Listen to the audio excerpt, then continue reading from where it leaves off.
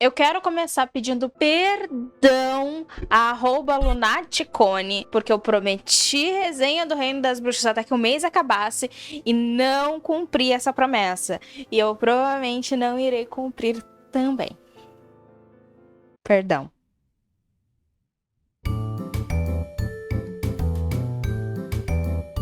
Olá, pessoas, eu sou Tainá e esse é o Taí. E, pra quem não sabe, pra quem é novo aqui, tem muita gente nova aqui. Na verdade, tem gente pra caramba nova aqui, tem gente pra caralho nova aqui. Tem mais gente do que eu esperava ter tão cedo na minha vida. Mas pra quem não sabe como isso aqui funciona, o Lidos e Assistidos de todo mês vem no início do mês. E existe uma única regra para este vídeo aqui, que é a seguinte: se existir resenha daquela produção da qual eu estou falando, eu não me aprofundo na produção, falar sobre ela e tal, etc e tal. Falo só por cima, dou só uma contextualizada, porque essa é a minha maneira de fazer você, querido telespectador, ir assistir outro vídeo deste canal, ou muitas vezes do Citação Crítica. Pra quem não sabe, Citação Crítica é o meu outro canal, que eu tenho em conjunto com meu namorado, que é de cinema, séries, games e essas coisas e tal. Lá eu sou uma completa nerd, enfim, uma nerdola mesmo, profunda. Então, se você gosta disso, já vai se inscrever lá. Se você não gosta disso, fica aí, porque vai ter algum vídeo de alguma produção que você vai ter que ir lá assistir, porque eu não vou falar profundamente dessa produção aqui. E é isso. Então, segundo, tenho mais uma coisa pra falar antes de a gente começar o vídeo. Sobre o Reino das Bruxas, como eu comentei aqui no início desse vídeo, pra @lunaticone, que ela vem aí me acompanhando já faz um tempo, e algum tempo já eu prometo que eu vai ter resenha do Reino das Bruxas. Só que eu sempre falo que eu tô ainda lendo o terceiro livro. O que acontece? Já vou fazer um disclaimer aqui, talvez seja até uma crítica a isso. Eu não consigo terminar essa desgraça, pelo simples fato de que eu perdi completamente o interesse nesse livro. Tipo, os 2 primeiros livros foram muito bons. Muito bons é uma palavra forte, né? Muito bom já é demais também. Não vamos usar muito bons. O primeiro livro foi muito bom. Na verdade, muito bom também não. O primeiro livro tinha muito potencial. Melhorou lá. O primeiro livro tinha muito potencial da história. Eu tinha gostado muito da personagem principal. Tinha, né, toda uma questão assim muito interessante pra mim. E eu tava vendo um crescimento da personagem ali no segundo livro. Só que, cara, nesse terceiro livro ela é uma toda e qualquer motivação e desculpa que a escritora precisa para que alguma coisa aconteça.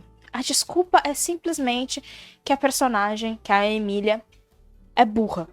Claro que não é essa a desculpa, mas é só a Emília sendo burra para fazer a história andar. Ou a Emília não sendo burra, mas a Emília sendo ingênua, mais ingênua do que ela de fato é, para que a história ande.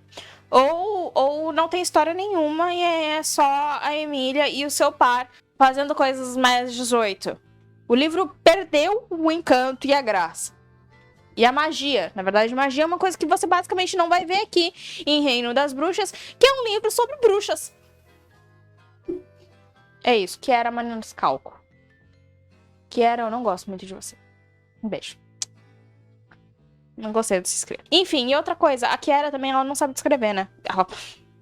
Ela é uma escritora que ela não sabe escrever. Então, além de tudo isso ser um grande problema a Emília, e, enfim, toda a história, de fato, só correr quando a Emília é burra, é que a Kiara, ela não sabe escrever coisas, então só fica tudo muito confuso. Eu não sei se é um problema da tradução ou se é um problema, de fato, da Kiara, mas eu sei que é muito, muito difícil você conseguir visualizar as coisas aqui, porque é muito, muito confuso. Às vezes você fica tipo, pera, mas não tinha uma árvore aí no meio do caminho? Cadê ela? Sabe? São coisas assim, ficam muito confusas, as coisas às vezes aparecem, as coisas simplesmente mudam de cor, as coisas mudam de aspecto, enfim, é tudo muito confuso mesmo. De verdade. E eu não acho que eu seja só burra. Eu acho realmente que é problema da escrita. E, de novo, não sei se é problema da tradução. O que eu duvido muito, porque é um livro que vem pela Dark Side. Então, eu duvido muito que seja um problema da tradução. Ou se é, de fato, um problema da escrita da escritora. Enfim. É isso que eu tenho pra falar.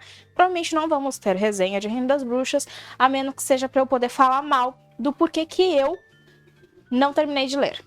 É isso. Seguindo em frente, não tá em ordem cronológica, porque eu meio que me perdi ao longo do mês, porque, assim, eu tenho um caderninho onde eu anoto tudo que eu assisti e anoto. Tipo, eu anoto o que é que eu assisti, anoto o diretor ou o escritor, li ou assisti, né, anoto de quem é que é aquilo ali, e boto minhas estrelas do lado pra eu não perder, porque senão, na hora de eu fazer esse feed no final do mês, eu fico meio perdida no que é que eu consumi no mês, eu começo a misturar os meses, e eu esqueço da nota que eu vou dando. Então, tipo assim, eu anoto nesse caderninho pra não me perder.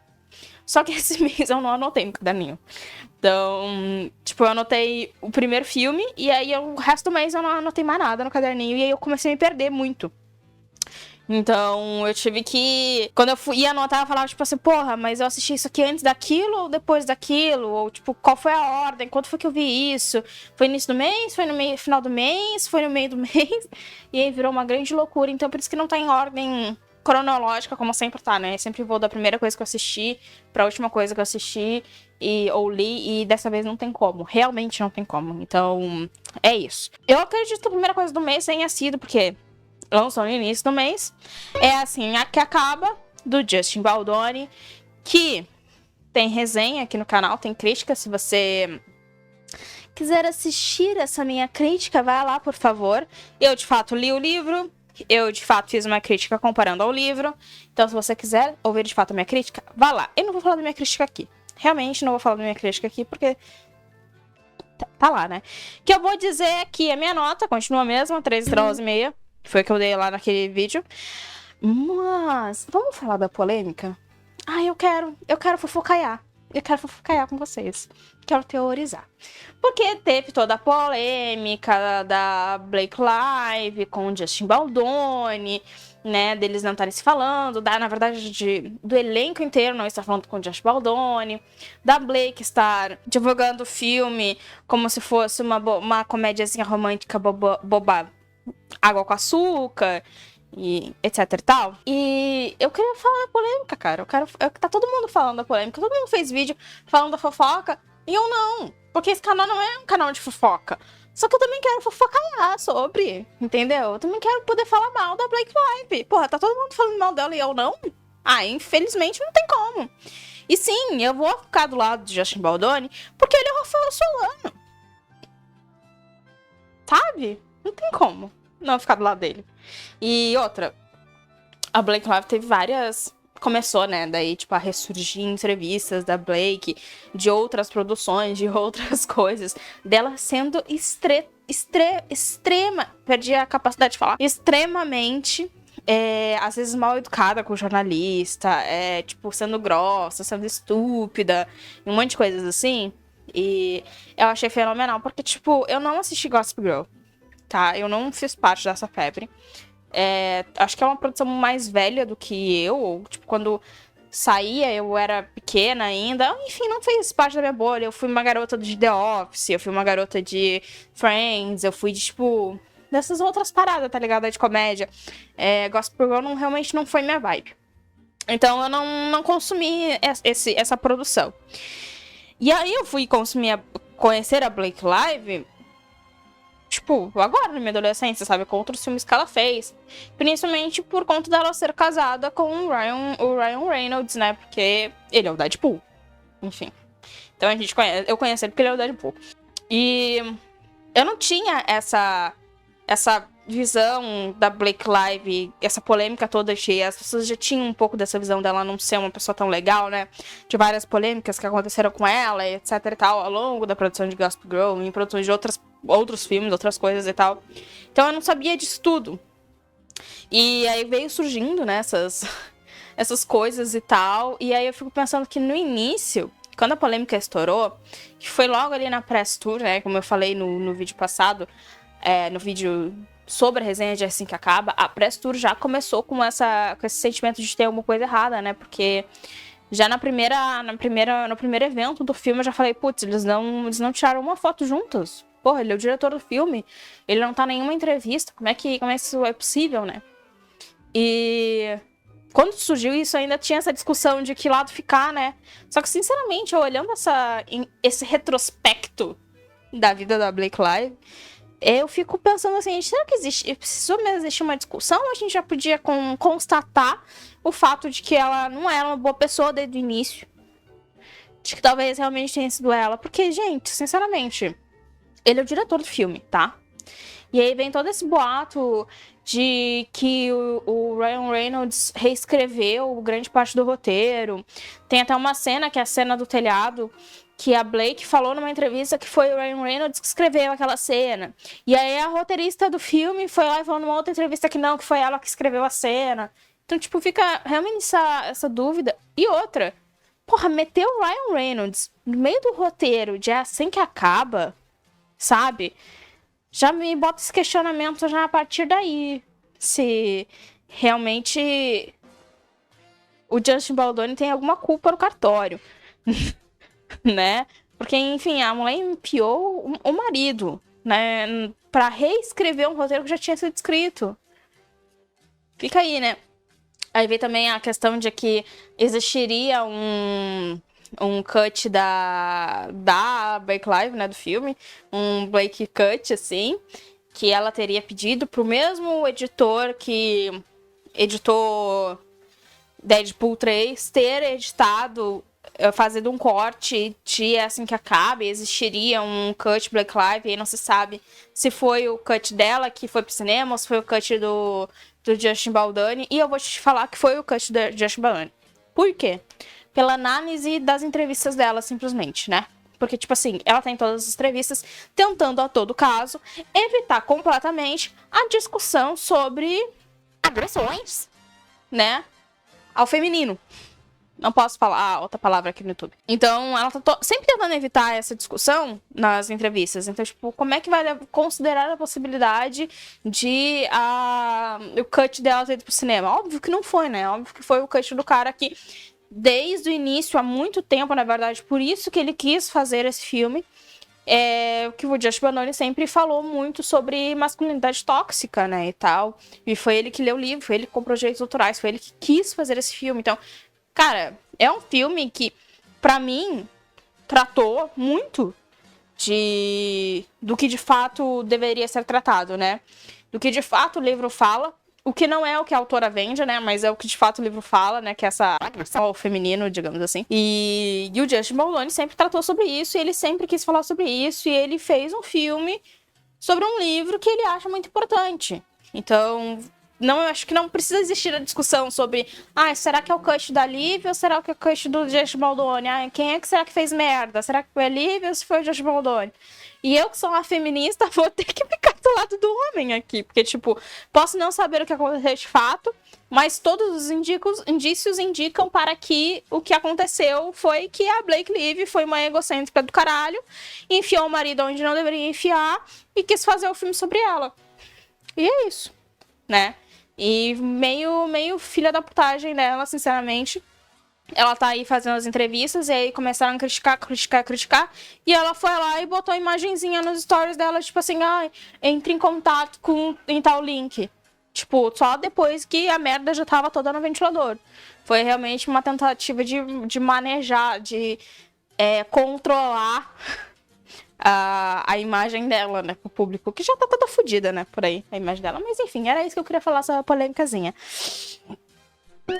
Vou tomar uma água porque eu falei pra caralho. E pra quem também não sabe, eu fico com o celular na mão porque a gente não tem como lembrar de tudo, né? De todos os filmes. Enfim, de todos os diretores, de todos os produtores, de todos os dados exatos. Enfim, a próxima, que eu não sei se foi realmente a próxima, mas foi a série My Lady Jane, ou seja, Minha Lady Jane, que é produzido pela Jamie e pela Babbitt. Eu não sei se é elas ou é eles. Eu não sei. Eu tô só estipulando que é elas, porque não me parece. Isso pode estar sendo um pouco preconceituoso da minha parte. Vou ter que admitir. Mas enfim, Minha Lady Jane foi lançado em junho de 2024, né? E é da Prime Video. Uma coisa que eu não sabia, até eu vim fazer esse roteiro, é que isso é uma adaptação de um livro de mesmo nome, de 3 pessoas que escreveram esse livro, tá? Que é a Cynthia Hand, a Jodie Meadows e o Brody Ashton, ok? Eu não sabia que isso era uma adaptação. Eu gostei muito, muito, muito, muito dessa série. Eu achei ela muito sensacional. Pra mim, sinceramente, foi como se eu tivesse assistindo na TV aquilo que eu gostaria de estar lendo nas romantasias, entende? Porque eu acho realmente que romance, fantasia, enfim, todos esses livros que são escritos para mulheres, entende? Por mulheres para mulheres, digamos assim, em muitas aspas. Eles estão tendo um grande problema, que é essa questão de não ter história, né? Tipo, não tem desenvolvimento de história, só tem questão romântica e de par romance, e às vezes é só sexual, e é sobre isso todas as histórias o tempo todo. Eu já não me sinto mais ligada, já não me sinto mais representada por aquelas protagonistas, já não me vejo querendo estar naquele universo, já, enfim, todas essas coisas. E minha querida, minha Lady Jane, me trouxe um pouco desse sentimento de tá vendo uma história que não é só sobre o romance, que não é só sobre um casal, que não é só sobre, enfim, hot, etc e tal.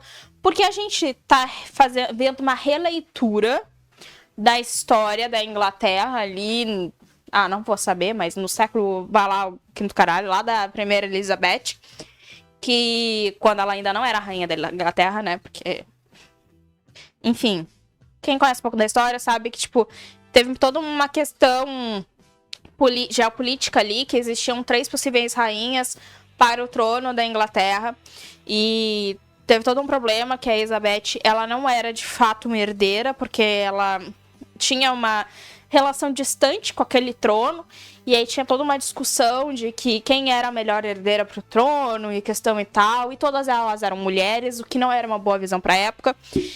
E tinha toda uma questão também de que na época, se não me engano, era o protestantismo que estava nascendo na Europa, e tipo, a Igreja Católica não queria, né? Então, a Igreja Católica era que dominava basicamente tudo, principalmente os reinados. Um rei não era rei se o Papa não aprovasse. Era assim que funcionava. E a religião que tinha que ser dominante, e não predominante, perceba a palavra que eu usei, sim, dominante. A religião que deveria apenas ser exercida era a católica.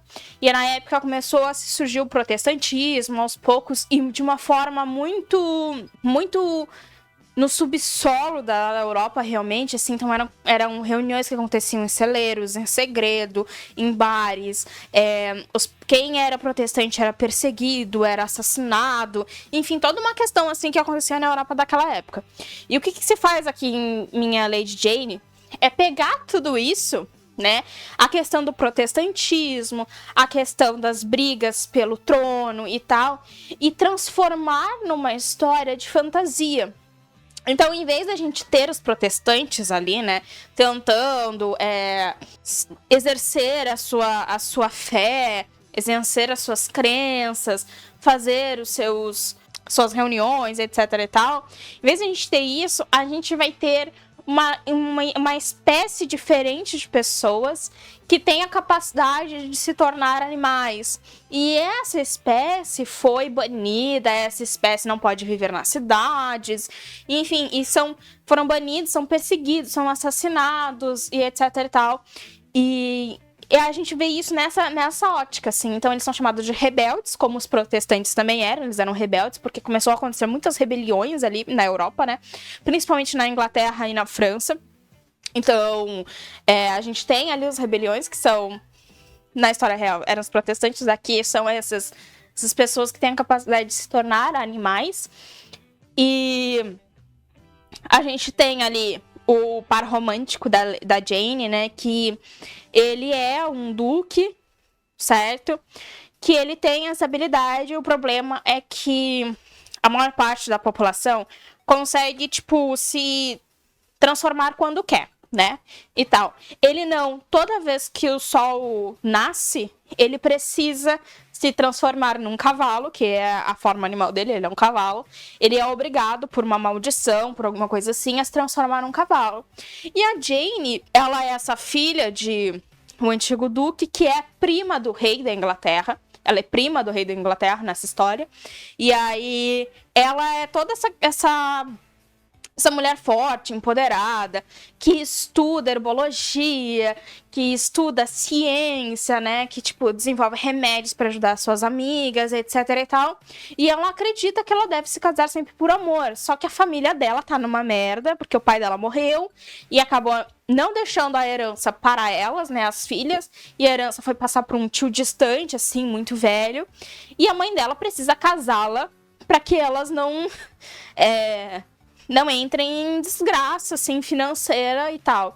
E ela é a filha mais velha, né? A Jane. Só que a Jane acredita que ela precisa se casar por amor. E acaba rolando essa questão de os dois terem um casamento arranjado, né? Ela e o par romântico, que eu não lembro o nome dele no momento. Mas eles terem um casamento arranjado. Então, ela precisa se casar com ele. Ela não quer, ela tenta de todas as formas não se casar com ele. Só que ela acaba se casando. E aí acontece tudo. Eles acabam fazendo um acordo, ela e ele, etc e tal. Só que no meio disso tudo, acontecem uns outros BOs que faz com que o rei da Inglaterra morra. E a Jane, como acontece na história do mundo real mesmo, a Jane, ela assume o trono da Inglaterra. Só que na história real, a Jane perde a cabeça dela, né? Ela é condenada, né? Porque ela é condenada como uma rebelde. Ela é condenada e ela acaba perdendo a cabeça dela nessa condenação. Só que a série pega toda essa história, esse contexto, e faz diferente. Então, em vez da Jane morrer aqui, ela não vai morrer. Ela vai, de fato, reinar. E, enfim, lutar contra todo aquele clero, aqueles duques que querem que ela aumente os reforços para caçar as pessoas que são diferentes. E ela não quer, ela quer ajudar, etc e tal. Então a gente vê toda uma questão política ali se desenvolver, uma questão pessoal dela, porque ela tem certos questionamentos internos. E aí se desenvolve um romance, mas o romance dela com o cara é uma coisa muito, muito secundária nessa história. E é isso que eu sinto falta em romantasias, assim. Essa questão do romance ser uma coisa secundária. Tudo bem que eu tô falando, é romantasia, Tainá. Como é que você quer que o romance numa romantasia seja secundária? É que eu vejo esses mundos sendo construídos, como o Reino das Bruxas esses mundos sendo construídos, assim, né, de uma forma tão incrível, tão maravilhosa, assim, mundos tão belos, com tanto potencial, que acabam ficando de lado e sendo descartados e não sendo bem utilizados e sendo mal desenvolvidos.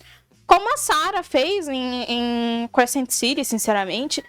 Porque quer, né, intensificar a questão do romance. Quer botar o romance em primeiro lugar.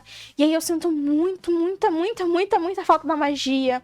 Eu sinto muita falta da discussão política dentro dos livros. Porque eu acho que se um livro não te faz pensar e não te ensina nada pra sua vida, de que serviu aquele livro, sabe? O livro não tem que ser um fast food alimentício, assim. Então, tipo, um consumo rápido que é só pra te gerar prazer e conforto e você não consegue tirar nada daquela leitura. Eu acho que, tipo, livros não são isso, porque arte não é isso. E como eu já falei 1 bilhão de vezes aqui, literatura é arte. E toda arte precisa te ensinar algo. E não ensinar uma habilidade nova, mas precisa te fazer pensar sobre algo, te cutucar em alguma ferida. Pode até te trazer conforto, sim, mas a arte, ela precisa ter uma profundidade, sabe? Para ser arte, ela precisa ser profunda, né? Existe essa questão de o que é arte, o que não é arte. Arte é profundidade, arte é crítica, arte é política. E se uma arte não é nada dessas coisas, ela te serve para quê? Apenas de um adorno que você pode enfeitar um local, entendeu? Porque é isso, se uma arte é apenas um adorno para enfeitar um local, ela não é uma arte, ela é uma mera peça de decoração. E se uma literatura não te faz pensar, raciocinar, criticar, desenvolver um pensamento, te ensinar algo sobre a sociedade, sobre a vida, para que te serviu aquela leitura, além de um adorno para você postar no Instagram e falar que você lê? Entendeu? Então, me falta um pouco disso na literatura, principalmente dentro das romantasias, das fantasias em si, porque eu ainda acho que se a gente pegar um livro sobre um futuro distópico, a gente ainda vai ter muita política, porque a gente tá falando de futuros distópicos, e futuros distópicos são distópicos por conta de políticas. Enfim, tem toda essa questão. Então a gente vai ter debates políticos dentro de futuros distópicos. Só que a fantasia costumava ter disso. A fantasia sempre foi uma maneira de debater coisas de uma forma muito velada, e talvez trazer discussões e inserir discussões para infantos juvenis, o início de uma discussão, de um pensamento crítico e político por meio das fantasias. Gente, quando eu tô falando de política, aqui, de político, eu não tô falando de partido político. Eu não tô falando de político, pessoa político. Eu tô falando de política. A vida é uma política, ok? Você precisa, pra você ser um ser humano útil e, enfim, que consegue fazer as coisas e pensar por si só, e votar com decência, e pagar impostos, e ser útil para a sociedade, você precisa ser político. Então eu estou falando de político nesse viés, e não político de divisão política de partidos. Não é isso, ok? É político. É o significado real da palavra político, ok? E não político de politicagem. Enfim, lados opostos. Tô falando de político. Você pode pesquisar aí qual é o significado verdadeiro de político. Mas, enfim, eu sinto que falta muito disso nos livros, né, de fantasia, porque antigamente eu lia os livros de fantasia e eu conseguia visualizar dentro dos livros de fantasia uma questão social, que eu conseguia fazer uma ligação com a sociedade, de fato, né? Eu conseguia pegar a sociedade dentro do livro, né, e todas as questões que aconteciam naquela sociedade dentro daquele livro, e como se dividia e como funcionava, e eu conseguia trazer esse formato, essas divisões, para fazer um link com o mundo real. E isso me botava para pensar sobre as coisas, e me fez uma leitora que conseguia ter um pensamento crítico, porque eu tive a capacidade de desenvolver esse pensamento crítico com muita ajuda da literatura. E hoje em dia a gente pega um livro que é tão raso, é tão raso. A questão romântica dentro dos livros, ela é tão maior do que todo o resto. E tipo assim, não é nenhuma questão romântica que vai te fazer pensar sobre amor, sobre paixão, sobre romance, sobre como relações pessoais funcionam. Não é só uma questão romântica mesmo de enfim, fritação de bife, sabe? É uma coisa muito rasa, é tudo muito raso dentro da literatura, e isso me dá uma certa agonia. E aí, olhar pra minha Lady Jane me conseguiu me trazer um pouco da sensação da literatura que eu sinto muita falta, sabe? Então, eu quero fazer um vídeo só sobre essa série, mas antes disso eu quero ler esse livro, né? Inclusive, agora entrou na minha lista de leitura, eu não sabia que ele existia, mas agora ele entrou na minha lista de leitura. Eu quero muito ler esse livro, eu quero trazer um vídeo só sobre essa série, porque realmente agradou muito a leitora de fantasia que existe dentro de mim, e que sente falta dessa fantasia que é muito mais além do romance, e que explora muito mais o universo. E toda a questão sociocultural e toda a questão política daquele local, assim. Por isso, a minha nota pra essa série foi, se eu não me engano, 4 estrelas. Deixa eu ver. Isso. Foi isso? Não. Foi 3 estrelas e meia. Mas foi 3 estrelas e meia, eu lembrei do porquê que... Eu vou falar esse porquê lá no vídeo que eu vou fazer só sobre essa série. Enfim, e eu recomendo muito. Se você gosta de fantasia assim como eu, e se você gosta de fatos históricos assim como eu, e gosta de ver coisas assim, eu recomendo muito essa série, porque foi muito divertida de assistir. E eu assisti ela num dia só, galera. Foi tipo numa sentada. Eu assisti ela numa sentada apenas. Maravilhosa. Tem na Prime Video. Mas se você não tem Prime Video, você sabe, né? Que você encontra em outro lugar. Vamos ser sinceros. O próximo foi um filme. Esse aqui eu sei que não foi o próximo, que eu vi assistir outra coisa antes disso. Mas enfim, vamos para o filme. O próximo é o filme. É Long Legs, Vínculo Mortal do Oz Perkins, que lançou em agosto de 2024. Tem crítica na situação crítica, então eu não vou me aprofundar na crítica, na opinião sobre este filme, ok? Tá aqui no card, em algum lugar, aqui é o card. E o Situação Crítica tá aqui na descrição, como sempre. O arrobazinha, é só você ir lá. Enfim, tá sempre linkado com o vídeo, Situação Crítica. Pô, por favor, vai lá assistir Situação Crítica, na moralzinha. Na moralzinha, vai lá assistir Situação Crítica. Enfim, eu tenho 4 estrelas. E meia, mais ou menos. Eu botei mais ou menos porque... Enfim, vai lá que você vai entender o porquê o mais ou menos. É um filme de terror, ok? É um terror investigativo ali. Tem uma questão policial e tal. Que acompanha Ali Harker, que é uma agente da FBI com umas certas habilidades aí especiais, etc e tal. Ela é botada num caso para desvendar assassinatos. Um assassinato que é cometido por um serial killer. Eles sabem que é um serial killer, sabem que é serial killer esse mas eles não conhecem o cara de fato. Então ela é colocada nesse caso por causa dessas habilidades especiais dela para tentar descobrir quem é este cara. E isso é um terror com investigação policial. Então, tem o Wes Perkins aqui, ele cria na direção dele um sentimento, um suspense no ar, assim, uma vibe no filme muito, muito boa, que você fica tenso o filme inteiro, basicamente. Você nunca se sente seguro, você nunca se sente a salvo. E esse filme tem uma coisa muito, muito boa. Na verdade, tem duas coisas muito boas. A primeira coisa muito boa é que é um filme que ele não te dá as coisas mastigadas. E você consegue entrar numa experiência cinematográfica. Porque você tem a possibilidade de fazer a investigação junto com a Ali Harker. Enfim. Junto com a Ali. Você faz essa investigação junto com ela. Você participa ativamente dessa investigação. Porque...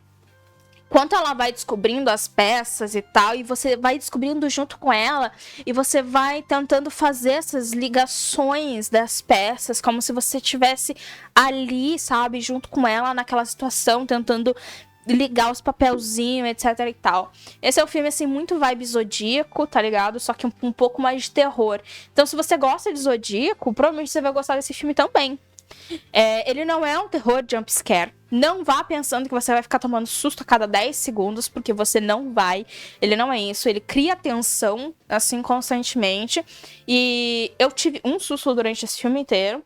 E foi o susto bem no início, assim, e depois, ó, passou. Deu, acabou. É um filme muito bom. Eu dei 4 estrelas e meia.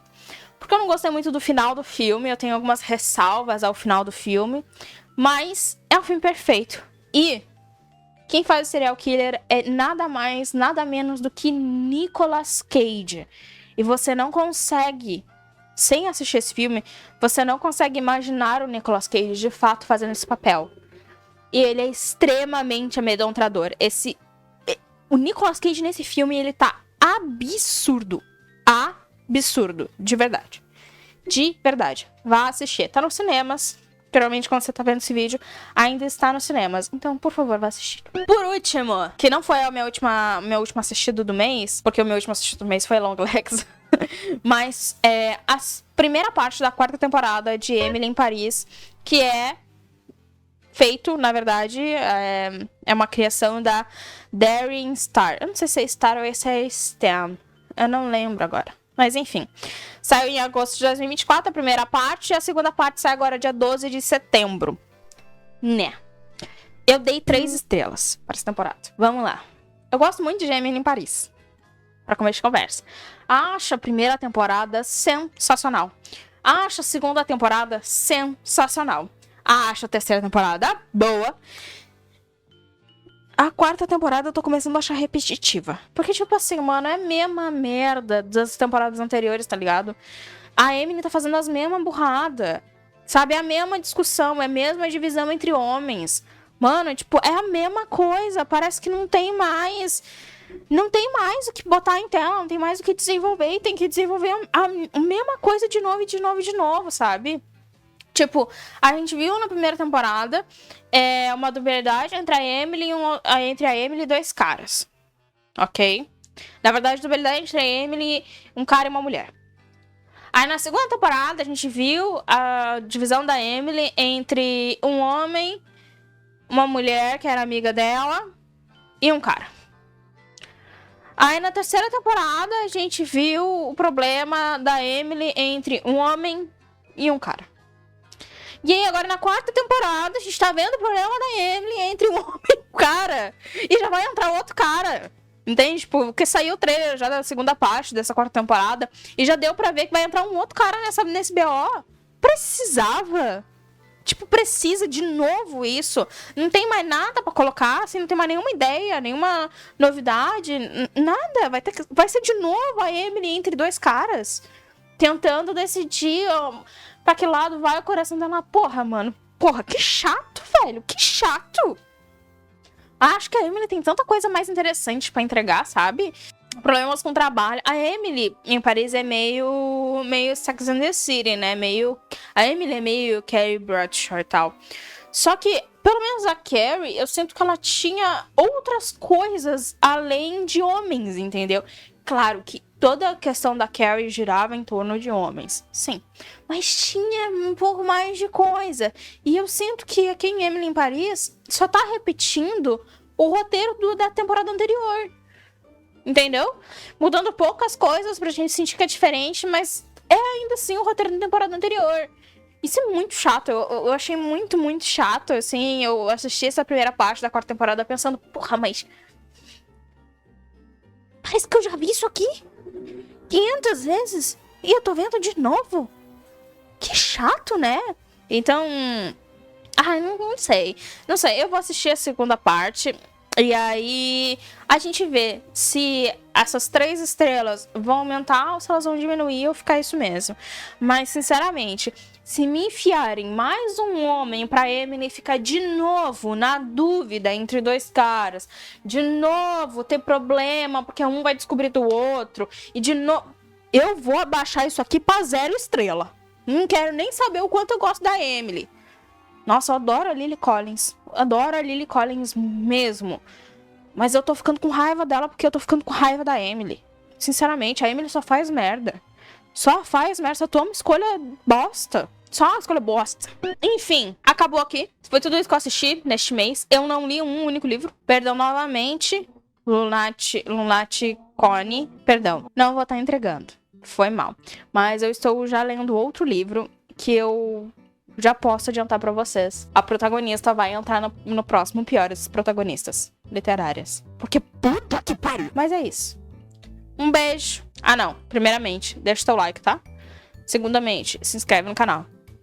Terceiramente, comenta aí embaixo a sua opinião sobre essas produções, caso você já tenha assistido elas. Também pode me indicar outras coisas. E é isso. Quartamente, minhas redes sociais estão aqui na tela. Me siga nela, por favor. Por favor, gente, vai me seguir no meu Instagram, no meu TikTok, pra gente poder bater papo lá por DM. Eu vou ser muito feliz.